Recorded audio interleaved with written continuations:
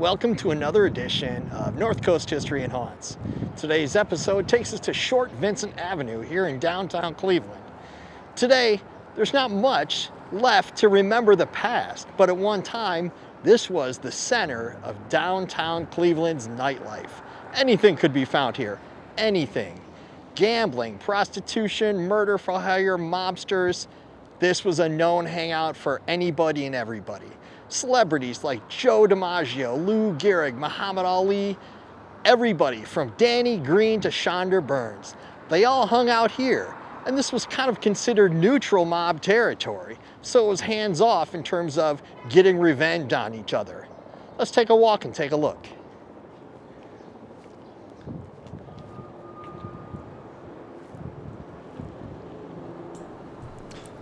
To tell the story of St. Vincent Avenue is to tell the story of Cleveland itself. There are not many reminders left today of the glory days of St. Vincent, really only the memories and the stories of the street that helped define Cleveland. This is the story of Short Vincent Avenue.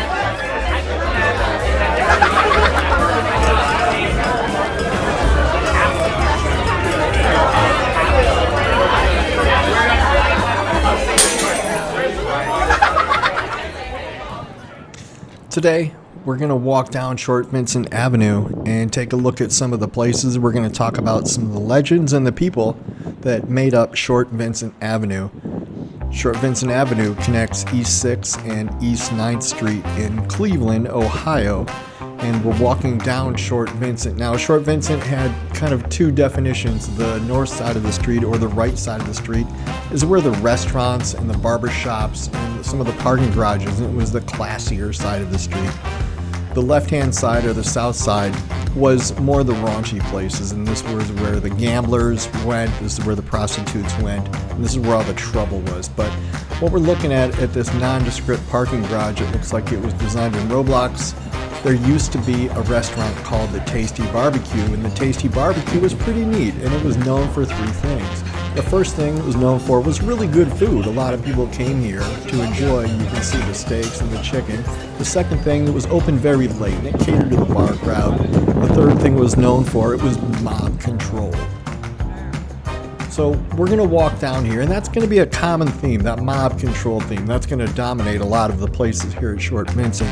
We're going to walk around this gentleman here, and what we're walking toward is the Theatrical parking garage. Now, you might hear talk of the Theatrical Grill, and lo and behold, it's one and the same. They kept the facade, but today it's a parking garage. But when Short Vincent was in its heyday, this was the place to see and be seen. It was a former brewery, and a guy named Mushy Wexler owned the Theatrical restaurant.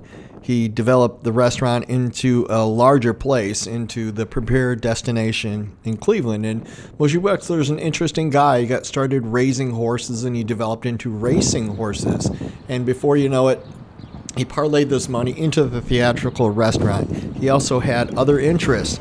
He also owned the Empire News Service, which was a telegraph operation which supplied bookies with racing results and racing odds. He also raced his own horses too, which kind of got him in trouble with the Gaming Commission. We're going to take a look at another picture here of Mr. Mushy himself. It's kind of a cool picture, standing out in front of his restaurant. He owned the Theatrical with his brother-in-law, and shortly after that, a local gangster, Shonda Burns, also developed an ownership in the restaurant. However, it was something unofficial, as Shonda had gotten in trouble before, and as it turns out, convicted felons cannot own parts of liquor license. So Shonda was a kind of a not-so-silent partner. Shonda stayed frequently at the Theatrical. He was very flashy and flamboyant. He had a large bankroll, and he would just flash it whenever it was opportunistic for him. He was kind of an interesting guy, and he would meet his end by a car bomb set by Irish Danny Green. And a lot of sports figures, a lot of mobsters, and a lot of just gawkers would come and check out and hang out at the Theatrical. The police were routinely paid to look the other way to the majority of activity that took place on St. Vincent Avenue, and the Theatrical was one of the places that had a lot of that kind of activity. A Senate committee questioned Mushy about his mob ties, but he maintained his innocence throughout and was never convicted. We're looking in the back of the Stouffer's restaurant rear exit, and this is kind of cool. It was known for dragging bodies in and out of Stouffer's restaurant. We're going to look up for a second and look at this tall building.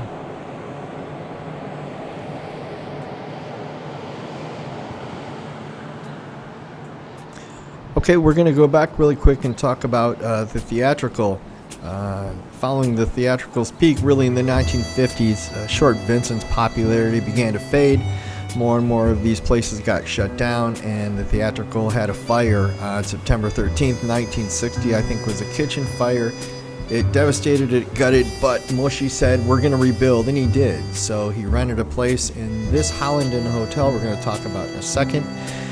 But Mushy had enough, and he retired a few years after that. The Theatrical would change hands often until it simply became clear that the crowds were no longer coming to the Theatrical, and it closed down in 1999.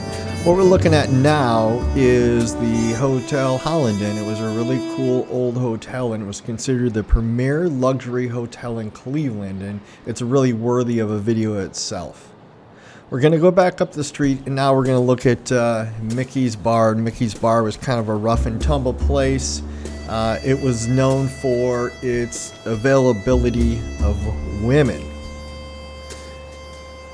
We're going to walk down west here, and next to Mickey's was a bar called the 730 Lounge, and we're going to take a look at that here in a second. Mickey's Bar was run by Morris Miller and Fuzzy Lackus, and Mickey's Bar led all of the bars for the most prostitution's arrest on the whole Short Avenue. They employed what they call B-girls, and what B-girls were designed to do were entice men to spend money on overpriced, watered-down drinks, and they would share the profits with the patron, who in turn shared the profits with the police, and the police were then encouraged to look the other way. So Mickey's Lounge was on one side, on the left-hand side, and on the right-hand side was the 730 Lounge.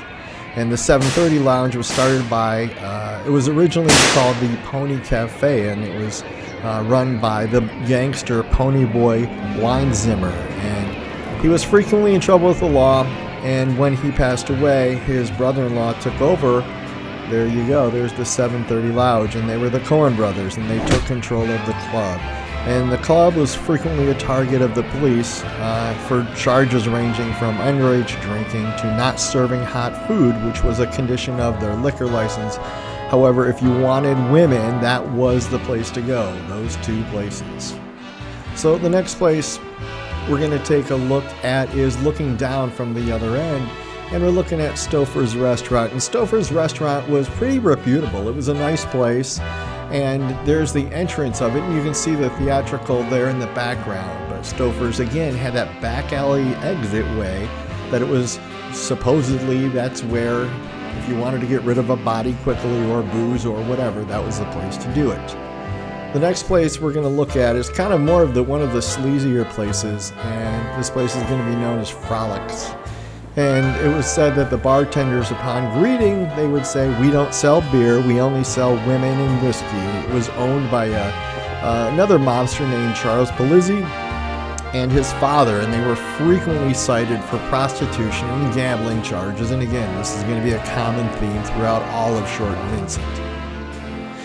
In the 1960s, it's believed that Cleveland mob boss Big Angelo Lombardo owned part of Frolics, but it was the same thing as Shonda Burns. He was not able to due to his criminal past, and it was never declared official. It once gained notoriety when a showgirl employed there sued the bar after a shot glass thrown by a bar patron struck her in the head.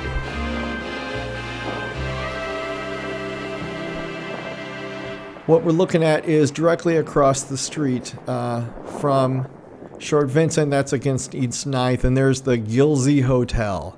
Fuzzy Lackus had a standing bet to any person that could throw an orange from the ground level up to the top floor of the hotel. Conveniently nearby was a fruit stand that sold oranges. And every Cleveland Indian tried it, including Rocky Colavito, was known to have one of the strongest arms in the league. He could not do it.